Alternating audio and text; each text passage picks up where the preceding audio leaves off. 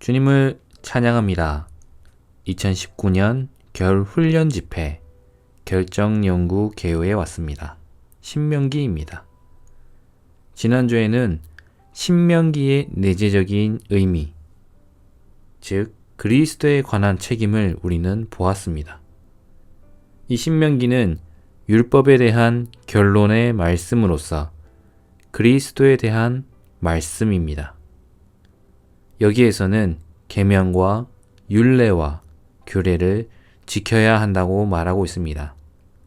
이것의 의미는 그리스도를 지켜야 한다는 것입니다. 그리스도를 취하고 그리스도를 지키고 그리스도를 붙잡고 그리스도를 얻고 그리스도를 누리고 그리스도를 살고 그리스도를 입고 그리스도를 가르치고 그리스도를 기록해야 합니다. 우리가 이럴 때에 우리는 자라고 변화되어 성숙에 이르는 것입니다.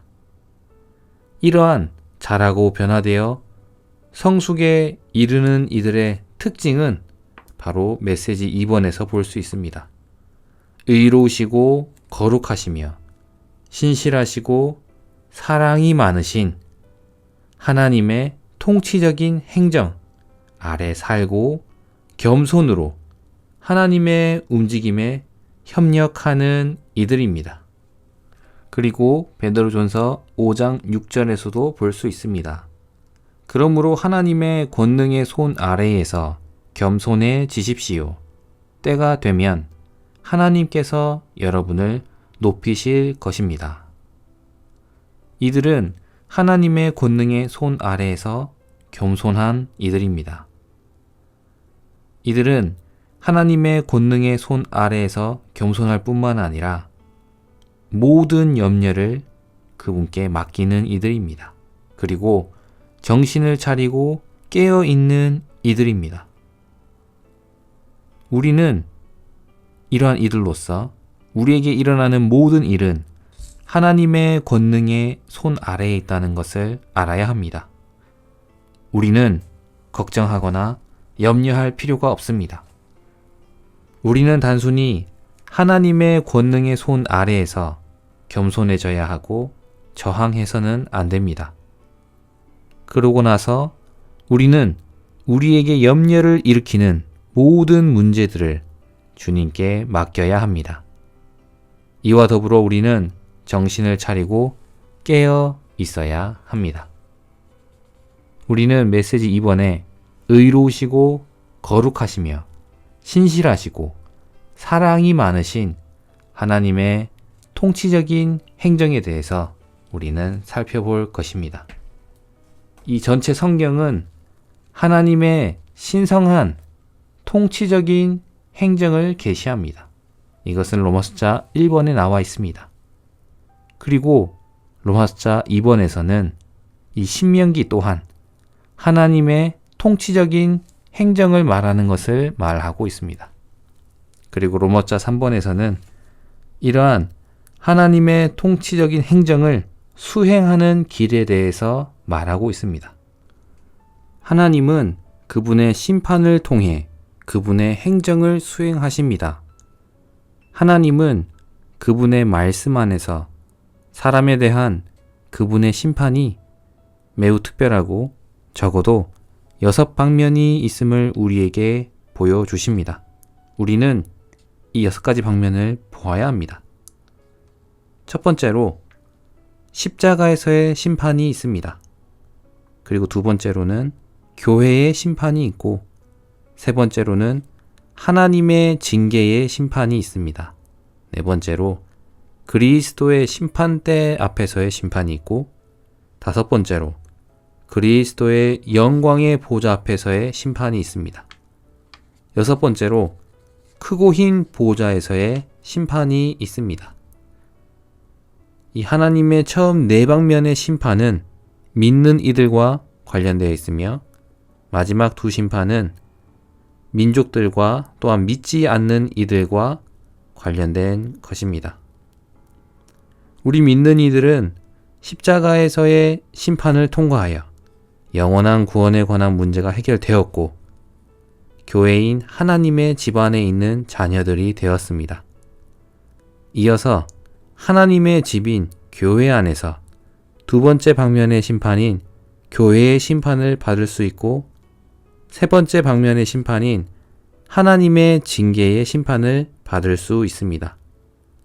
마지막에는 공중으로 휴고되어 그리스도의 심판대 앞에서 보상이나 징벌을 결정하는 심판을 받을 것입니다. 이번 메시지에 들어가기 전에 특별히 강조하고 싶은 두 가지의 심판이 있습니다. 첫 번째는 하나님의 징계의 심판이고 두 번째는 그리스도의 심판대 앞에서의 심판입니다. 먼저 하나님의 징계의 심판에 대해서 살펴보겠습니다. 모든 아버지들은 그들의 자녀를 징계합니다. 우리의 아버지이신 하나님도 우리를 징계하십니다. 더욱이 그분은 우리를 사랑하시기 때문에 우리를 징계하십니다. 믿는 이들은 세상에서 분별되어야 하고 하나님의 거룩한 본성에 부합하는 거룩한 생활을 살아야 합니다. 우리의 행위와 행동은 하나님의 의에 부합해야 하며 우리는 하나님과 사람을 향하여 조화와 평화를 유지해야 합니다. 그러나 종종 우리는 구원받은 후에도 이렇게 살지 않기 때문에 하나님께서 우리를 징계하시고 징벌하시지 않을 수 없습니다. 그러므로 우리는 하나님의 권능의 손 아래에서 겸손해져야 합니다. 두 번째로 그리스도의 심판대 앞에서의 심판을 보겠습니다. 이것은 믿는 이의 모든 행위와 일에 대한 심판입니다.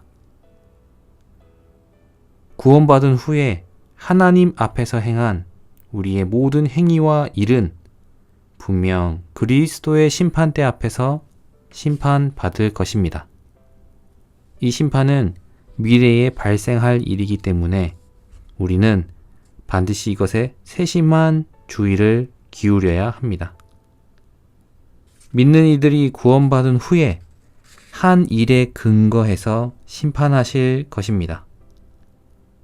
우리가 구원받은 후에 행한 모든 것은 그분께 심판받을 것입니다. 이것은 우리가 보상을 받느냐, 징계를 받느냐와 관계가 있습니다. 각 사람이 주님을 위해 한 일은 불로 말미암아 입증되고 심판받도록 그리스도의 심판대 앞에서 나타나게 될 것이기 때문에 우리는 주님을 위해 행하고 일하는 방식에 있어서 느슨해질 수 없습니다. 그리고 주님은 우리를 구원하신 후에 우리가 마음대로 행동하고 일하도록 허락하지 않으실 것입니다. 그러므로 성경은 우주 전체에 대한 하나님의 통치적인 행정이 심판을 통해 수행된다는 것을 계시하고 있습니다. 그 목적은 우리를 온전하게 하기 위한 것입니다. 우리는 우리가 하나님의 통치 아래에 있다는 것을 깨달아야 합니다. 그분의 권능의 손 아래에 겸손히 복종하고 그분의 운행에 협력함으로써 하나님의 거룩하고 의로운 통치적인 행정 아래서 하나님의 모든 축복을 누려야 합니다. 이것을 위해 우리는 하나님의 통치적인 행정이 무엇인지 보아야 합니다. 성경은 하나님의 신성한 통치적인 행정을 계시합니다. 하나님의 신성한 통치는 하나님의 왕국의 행정적인 중심입니다. 이 신성한 통치에 세 가지 기능이 있습니다. 통치에 행정부가 있고 입법부가 있고 사법부가 있습니다. 이사야 33장 22절에 볼 때 대저 여호와는 우리의 재판장이시요 여호와는 우리에게 율법을 세우신 이요 여호와는 우리의 왕이시니 우리를 구원하실 것임이라. 그러므로 하나님의 선민에 대한 하나님의 통치의 다루심에 있어서 우리는 하나님의 자녀들이지만 여전히 옛 창조물 안에 있음을 보아야 합니다. 그래서 새 창조물이 되게 하기 위해 통치적인 다루심이 필요합니다. 하나님의 신성한 통치의 이 수행은 바로 심판하심으로써 이루어지는 것입니다. 먼저 우주 전체를 말끔히 치우시고 정결하게 하십니다. 그리고 하나님의 통치에 부합되지 않은 것을 심판합니다. 그리고 하나님의 집에서부터 심판이 시작됩니다. 우리는 주 예수님의 본을 개요의 2번에서 볼 수 있습니다. 요한복음 6장 38절을 볼 때 그분은 하나님의 통치를 인식하셨으며 절대적으로 하나님의 통치 아래 있는 인간 생활을 사셨습니다. 그리고 박해와 핍박과 모욕과 공격 등 모든 것을 하나님의 통치에 맡기셨습니다. 우리는 여기에서 주 예수님의 본을 볼 수 있습니다. 우리는 이 본을 보아야 될 뿐만 아니라 개요의 F번에 우리 믿는 이들은 이러한 배움이 필요합니다. 베드로전서 5장 6절을 볼 때 하나님의 공급을 받고 우리는 겸손해져야 하는 것입니다. 첫 번째로 우리는 하나님의 통치 아래 있음을 깨달아야 하고 두 번째로 이러한 통치를 존중해야 하며 세 번째로는 이러한 통치를 인정해야 합니다. 성경에서는 이렇게 하나님의 신성한 통치적인 행정을 계시하고 있습니다. 그리고 우리가 신명기를 볼 때에 하나님의 통치적인 행정에 대해서 말하는 것을 볼 수 있습니다. 이 신명기는 하나님의 통치적인 행정에 관한 책입니다. 여기에서 하나님의 백성을 다루심의 방면에서 볼 수 있습니다. 그분의 통치적인 행정을 집행하시는 그림을 볼 수 있습니다. 바로 온전케 하실 목적으로 하나님은 심판을 통해 징계하십니다. 이스라엘 자손은 잘못 때문에 징계를 받았습니다. 심지어 모세도 잘못을 범한 것 때문에 징계를 받았습니다. 오늘날 우리 체험 가운데서 심판하시는 하나님의 일에 대해서 우리는 살펴보아야 합니다. 하나님께서 심판을 행하시는 것은 우리가 하나님 앞에서 경외함과 경건함으로 그분을 기쁘게 섬기기를 바라시기 때문입니다. 경외함이란 우리가 하나님 앞에서 죄를 지을까봐 두려워하는 마음입니다. 경건함은 우리의 생활과 행위, 그리고 일과 봉사의 모든 방면에서 하나님과 연합되고 하나님의 모습과 같으며 하나님께서 우리에게서 살아 나타나시도록 하는 것입니다. 그러나 여기에 한 가지 문제가 있는데 그것은 우리의 실제 생활에서 이러한 경외함과 경건함이 별로 없다는 것입니다. 많은 때 우리는 하나님 앞에서 느슨하고 심지어 방자하기까지 하며 세상이 우리 안에 있는 하나님의 지위를 빼앗아가는 것을 용납하고 육체와 혈기와 자아에 따라 살기까지 합니다. 이러한 상황이 생기면 우리는 생활과 행위 그리고 일과 봉사에서 항상 하나님을 한쪽으로 제쳐놓게 되고 우리 안에서 하나님과의 연합이 부족해질 뿐만 아니라 하나님의 은혜의 길도 끊어지게 됩니다. 이것이 하나님의 심판이 있게 되는 원인입니다.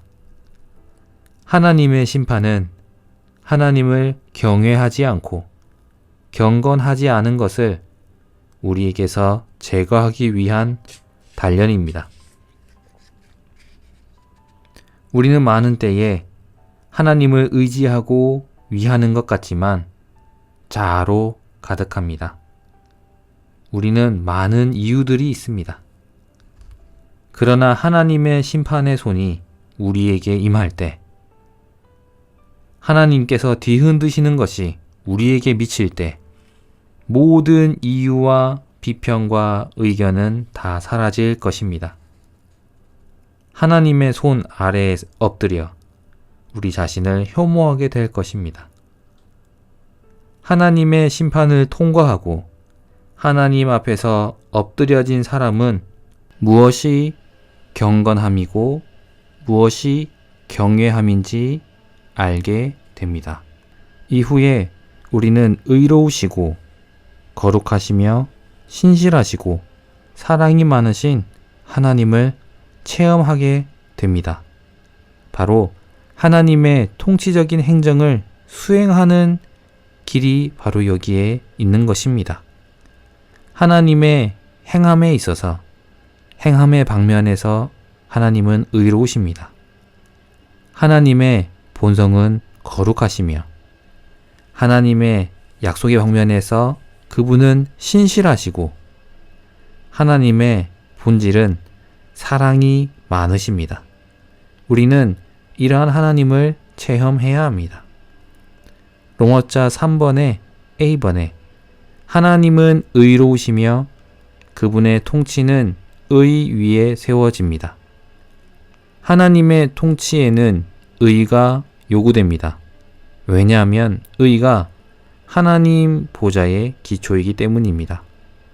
하나님께서 하시는 일은 모두 의롭습니다. 정의와 의와 행동에 관련된 행동에 있어서의 하나님의 어떠하심입니다. 이 의는 하나님의 왕국과 관련되며 그리스도의 죽음 안에서 죄들을 향해 죽고 의를 향해 살게 합니다. 의가 거하는 새 하늘과 새 땅을 우리는 고대하고 있습니다. B번의 이 거룩함은 하나님의 주된 속성들 중 하나입니다. 계시록 4장 8절을 볼 때 내 생물은 밤낮 쉬지 않고 거룩하시다, 거룩하시다, 거룩하시다 라고 외치고 있습니다. 하나님은 태워버리시는 불이십니다. 계율의 C번에 하나님은 신실하십니다. 하나님의 말씀은 반드시 다 이루어집니다.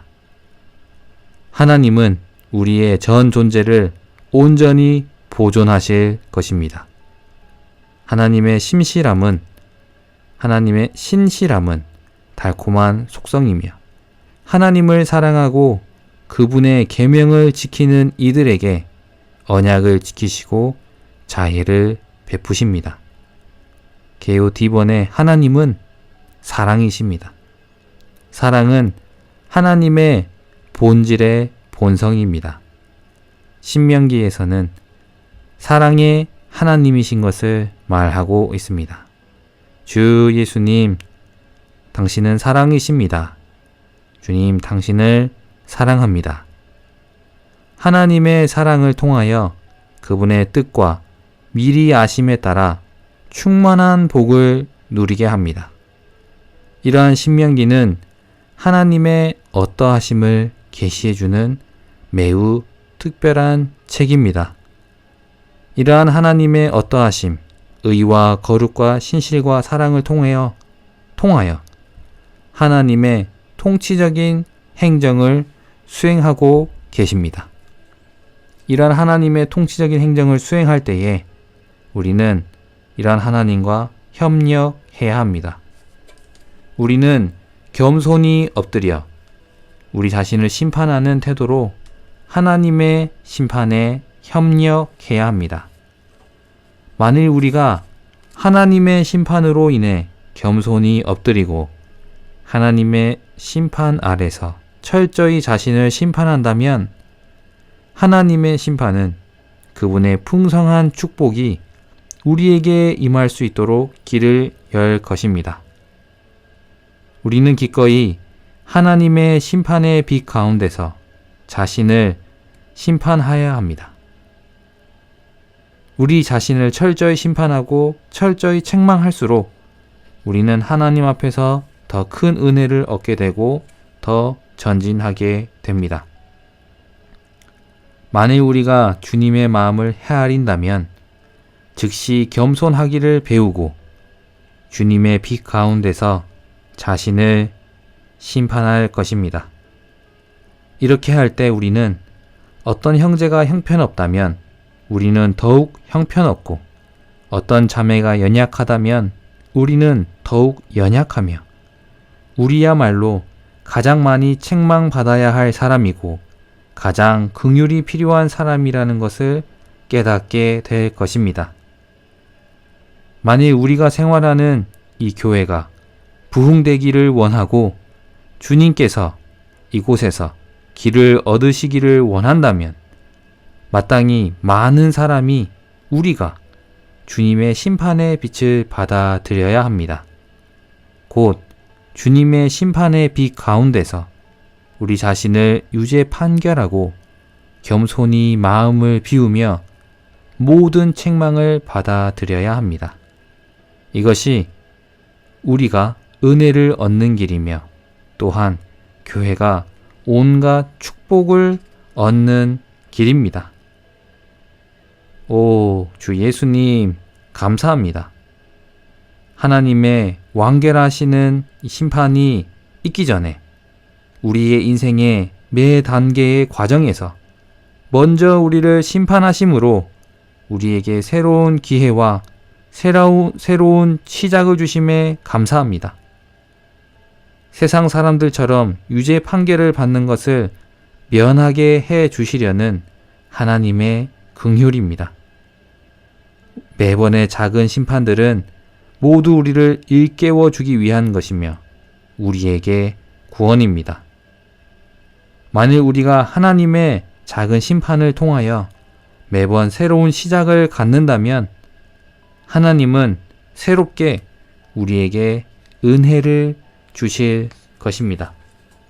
우리가 하나님의 통치적인 행정 아래 살고 겸손으로 하나님의 움직이심에 협력함으로 하나님의 사랑이 우리에게 나타남을 체험하기 원합니다.